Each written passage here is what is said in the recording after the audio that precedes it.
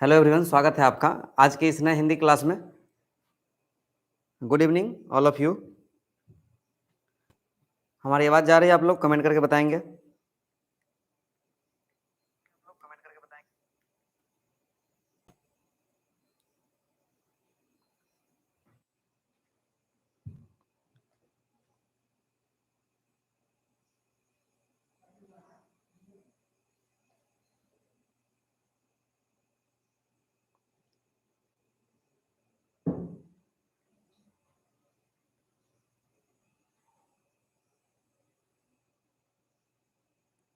आप लोग थोड़ा कमेंट करके बताएंगे, क्या आवाज़ आप लोगों को क्लियर जा रही है?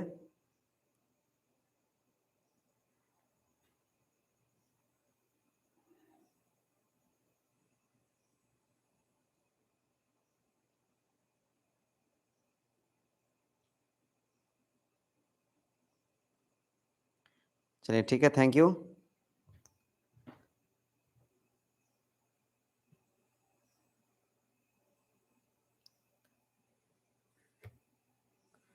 तो आज हमें पढ़ना है आपको हम लोग जो आज का नया टॉपिक लिए है, वर्ण विचार ही आपका अभी चल रहा है।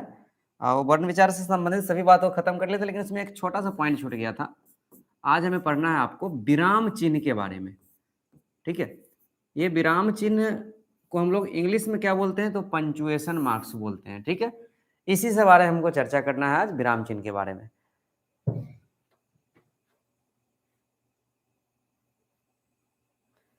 चलिए, लोग यहाँ पर जुड़ चुके हैं जो भी वो अभी थोड़ा ध्यान देंगे इधर।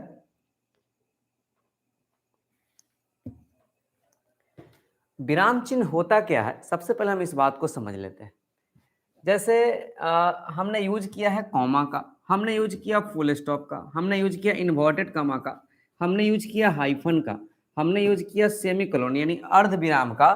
ये सब के सब जो चिन्ह हैं, ये सभी के सभी चिन्ह को हम लोग क्या बोलते हैं? विराम चिन्ह बोलते हैं। ठीक है, ये बात आपके माइंड में अब क्लियर हो गया होगा कि विराम चिन्ह आखिर कहते हैं किसको है। ठीक है, ये कॉमा हो गया पूर्ण विराम, इन्वर्टेड कॉमा उद्धरण चिन्ह इसको हिंदी में बोलते हैं, ये हाइफन हो गया।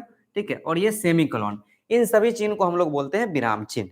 ठीक है, विराम का अर्थ आपको एकदम क्लियर हो रहा होगा कि विराम का अर्थ क्या होता है। तो विराम का अर्थ आपको पता है कि विराम का मतलब ही होता है ठहराव। ठहराव मतलब क्या? कि जब हम किसी भी वाक्य को लिखते हैं, ठीक है, तो उसमें ठहराव की भी जरूरत पड़ती है। कि जैसे यदि मान लीजिए कि हमने कुछ वाक्य ऐसा लिखा है और उसमें कोई ठहराव नहीं है, तो पढ़ने में भी आपको एक अच्छा वे में नहीं पढ़ पाएंगे और ना ही उसका आप सही से मीनिंग निकाल पाएंगे। अर्थात अर्थ आप सही से यदि निकालना हो तो एक इसका जो विराम चिन्ह जो हमारे हिंदी व्याकरण में जो प्रयोग होता है, उसका ज्ञान होना बहुत ही आवश्यक है। ठीक है, तो इसमें जैसे अगर हम मान ले कि हम एक आपके सामने एग्जाम्पल रखें कि उसे रोको, उसे रोको,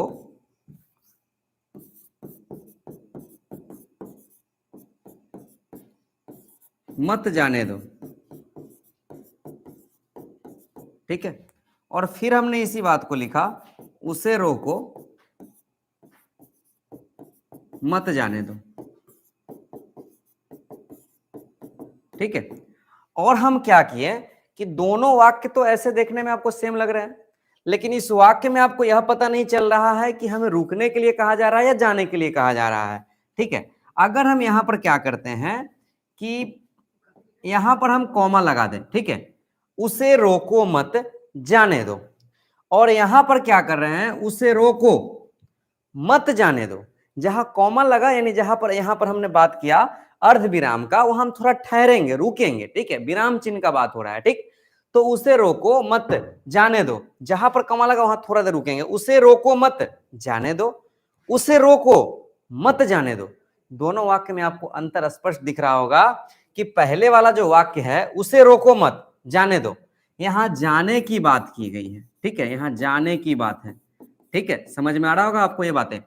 और उसे रोको मत जाने दो, यहां पर क्या है? उसे रोकने की बात की, यहां जाने की बात नहीं किया गया। यहां कैसी बात की गई है? ये रोकने की बात की गई है। तो इस तरह के वाक्य में आप भ्रमित न हो, आपको कोई क्लियर एकदम आपको समझ में आए कि क्या कहा जा रहा है, उसके लिए हम लोग किसका प्रयोग करते हैं? विराम चिन्ह का प्रयोग करते हैं। ये सिंपल वे में आपको समझ में आ गया होगा। ये जो हमने उदाहरण दिया, इसकी सहायता से कि हमें क्यों विराम चिन्ह की आवश्यकता पड़ती है, क्योंकि जब बहुत सारे वाक्य होते हैं तो उसमें हम भ्रमित भी हो सकते हैं कि हमें क्या कहा जा रहा है। लेकिन यदि हम यहाँ इस वाक्य में कॉमा लगा दिए तो क्लियर हो गया कि हमें रुकने के लिए कहा जा रहा है अथवा जाने के लिए कहा गया। जैसे उसे रोको मत, जाने दो, यहाँ जाने की बात की गई। उसे रोको मत जाने दो, यहाँ किसकी बात की गई है? रोकने की बात की गई है। तो ये क्लियर आपको समझ में आ रहा होगा कि विराम चिन्ह का हम हिंदी में प्रयोग क्यों करते हैं और क्यों जरूरी है। आप लोग कमेंट करके बताएंगे आपको ये बातें समझ में आ रही है कि नहीं आ रही है।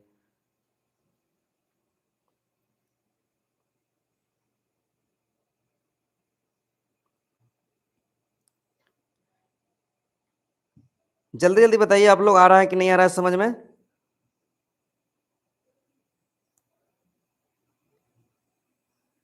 चलिए ठीक है, थैंक यू।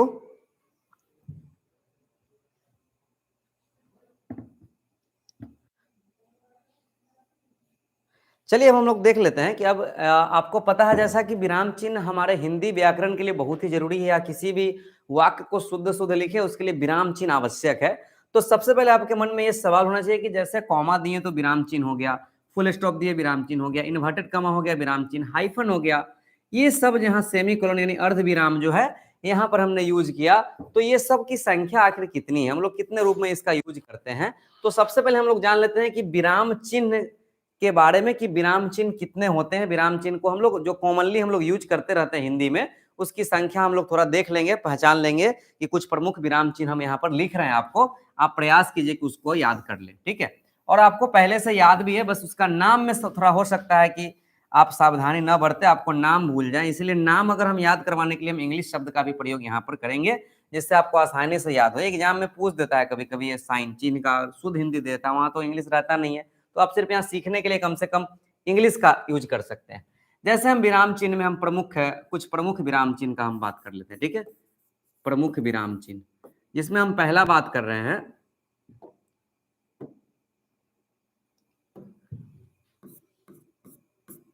सबसे पहले हम बात करेंगे पूर्ण विराम का, ठीक है। या हम स्टार्ट करते हैं, ठीक है, अर्ध विराम से हम स्टार्ट किए। अर्ध विराम, अर्ध विराम को यहाँ पर अर्ध विराम का जो संकेत है, इधर हमने संकेत यहाँ पर हम लिखेंगे, और इसका जो संकेत है वो आपको पता है अर्ध विराम के लिए ये यूज करते हैं, ठीक है। आधा विराम, एक फुल स्टॉप वाले साइन और एक कॉमा को हम लोग लगा देंगे, तो ये मेरा हो गया अर्ध विराम, ठीक है। उसके बाद मान लीजिए कि हमें यूज करना है अल्प विराम, ठीक है। अल्प विराम मतलब थोड़ा, विराम मतलब ठहराव, ध्यान रखेंगे। तो अल्प विराम का अगर हमें यूज करना है तो अल्प विराम के लिए हम क्या कर सकते हैं कि अल्प विराम के लिए हम लगा सकते हैं क्या? कॉमा, ठीक है। इसी कॉमा को हम लोग क्या बोलते हैं? अल्प विराम, ठीक है। इस कॉमा को क्या बोलेंगे? अल्प विराम बोलेंगे, ध्यान रखेंगे।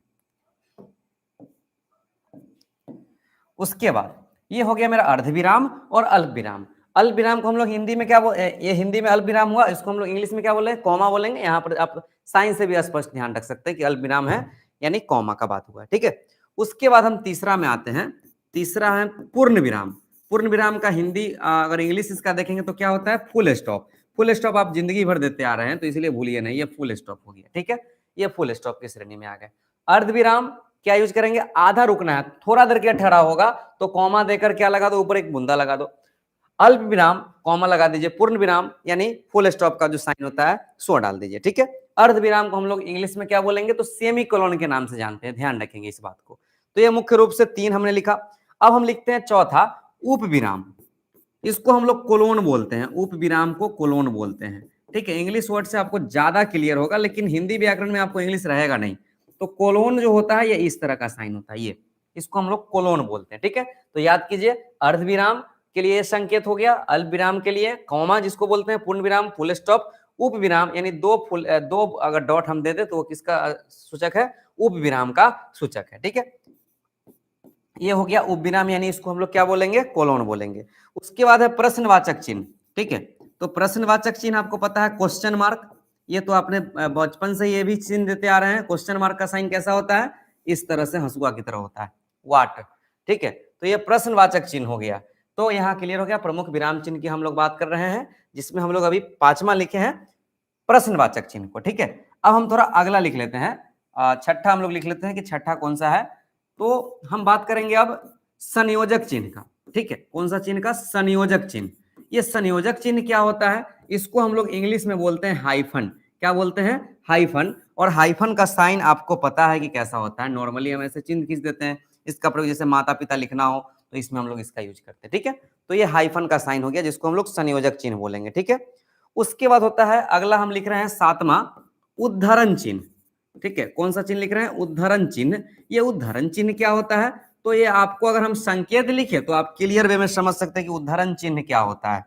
जैसे ये संकेत आपने देखा होगा, ठीक है, या ये संकेत तो जरूर देखा होगा, ये किसी ऊपर, जिसको हम लोग इसको हम लोग इंग्लिश में क्या बोलते हैं? इन्वर्टेड कमा बोलते हैं। ठीक है, तो इन्वर्टेड कमा का शुद्ध हिंदी है उद्धरण चिन्ह। आपको एग्जाम में जब पूछ दे तो वहां इंग्लिश रहने वाला है ना हिंदी व्याकरण में, इसलिए ध्यान रखेंगे।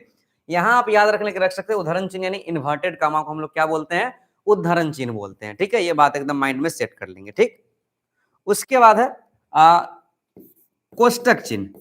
कोष्टक मतलब आपको पता है कि शायद नहीं पता हो, बहुत लोग जानते भी हैं। कोष्टक चिन्ह का मतलब होता है ब्रैकेट। कोष्टक को इंग्लिश में हम लोग ब्रैकेट बोलते हैं। ब्रैकेट हम लोग ऐसे भी दे देते हैं और हम लोग ऐसे भी दे सकते हैं ब्रैकेट। नॉर्मली हम लोग हिंदी व्याकरण में बात करें तो कोष्टक चिन्ह ये हो गया आपका, ये हो गया स्मॉल ब्रैकेट, ये हो गया बिग ब्रैकेट। ठीक है, तो ये हम लोग कोष्टक चिन्ह का यूज कर सकते हैं। ठीक है, उसके बाद है निर्देश चिन्ह। निर्देश चिन्ह ये 9वां है आपका निर्देश चिन्ह। प्रमुख विराम चिन्ह हम लोग पढ़ रहे हैं, ये बात याद रखेंगे। ठीक है, तो निर्देश चिन्ह कौन होंगे? निर्देश चिन्ह जो होंगे ये ठीक आपको वैसा ही दिखेंगे जैसा आपको संयोजक चिन्ह दिखेगा, यानी हाइफन दिखेगा, लेकिन दोनों में अंतर है। अंतर क्या है कि निर्देश चिन्ह जो होगा हाइफन की तुलना में बड़ा होगा। ठीक है, जैसे हम कोई चीज जैसे लिखना है संज्ञा का परिभाषा, संज्ञा लिख के डैश देते हैं, तो इसको हम लोग डैश जो बोलते हैं, इसी निर्देश चिन्ह को हम लोग इंग्लिश में क्या बोलते हैं? डैश बोलते हैं। ठीक है, हम यहाँ डाल देते हैं, इसको इंग्लिश में हम लोग क्या बोलते हैं? डैश। तो डैश का साइन क्या करते हैं? थोड़ा सा बड़ा देते हैं, किसकी तुलना में? हाइफन की तुलना में। हाइफन का चिन्ह का प्रयोग कहाँ करेंगे? माता पिता हमने यहाँ पर लिखा, तो यहाँ पर हाइफन तो बहुत बड़ा नहीं देते हैं, छोटा सा देते हैं। तो हाइफन और डैश में अंतर समझिएगा। हाइफन यानी संयोजक चिन्ह छोटा सा पड़ेगा, निर्देश चिन्ह यानी डैश ये हाइफन की तुलना में क्या पड़ेगा? बड़ा सा पड़ेगा। ठीक है, ये बात आपको क्लियर समझ में आ रहा होगा। तो ये अभी तक हमने 9 साइन अभी तक पढ़ लिया, 9 विराम चिन्ह पढ़ लिया।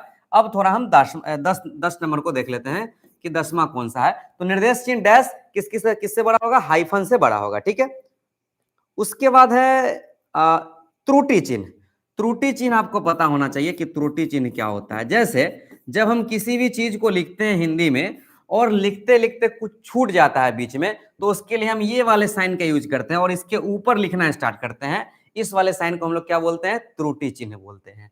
तो ये 10 कम से कम प्रमुख आप क्या करोगे? विराम चिन्ह याद कर लेंगे, जिससे आपको क्लियर वे में समझ में आ जाएगा। ठीक है, प्रमुख विराम चिन्ह हो गए कौन कौन से?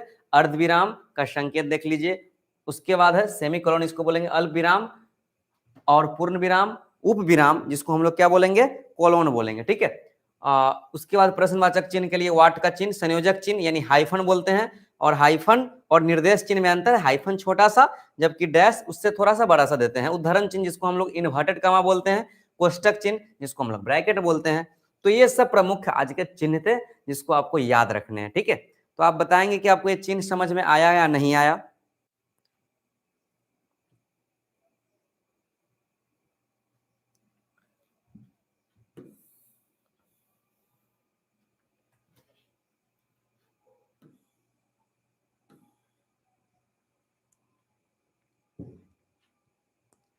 चलिए थैंक यू। ये साइन के बारे में तो आप समझ गए, ये विराम चिन्ह तो आपको समझ में आ गया, लेकिन जब हम इसमें हम लोग ये नहीं पढ़ पाए कि इसका प्रयोग हम कहाँ कहाँ कर सकते हैं, क्योंकि इसका प्रयोग करते समय आप बहुत जगह ऐसा देखते हैं कि हम प्रयोग इसका नहीं कर पाते हैं। कहाँ कॉमा लगाए, कहाँ सेमीकोलन लगाए, कहाँ पर फुल स्टॉप लगाए। यानी अब हम इंग्लिश इसीलिए बोल रहे हैं क्योंकि आपके वे में इंग्लिश हमेशा रहता है, इसीलिए हम लोग इंग्लिश यहाँ रख रहे हैं। लेकिन आपको प्रयास करना है कि हिंदी व्याकरण में तो हिंदी पूछेगा तो उसको प्रयास करना है कि उसको याद रखे। ठीक है, तो हम लोग जब अगले क्लास में आएंगे तो ज्यादा हम लोगों का टारगेट रहेगा इसका प्रयोग कहाँ होगा, जिसमें हम लोग कम से कम 3 के बारे में तो जरूर पढ़ेंगे कि अर्ध विराम का प्रयोग हम कहाँ करेंगे, अल्प विराम का प्रयोग कहाँ करेंगे, और ये पूर्ण विराम जो होता है इसका प्रयोग हम कहाँ करते हैं। मुख्य रूप से हम ये 3 का जरूर चर्चा करेंगे फर्स्ट वीडियो में, फिर सेकेंड वीडियो में प्रयास करेंगे कि उस पूरे को हम लोग लेकर चलेंगे। ठीक है, तो आज के लिए यह क्लास यहीं पर समाप्त होता है। थैंक यू, जय हिंद।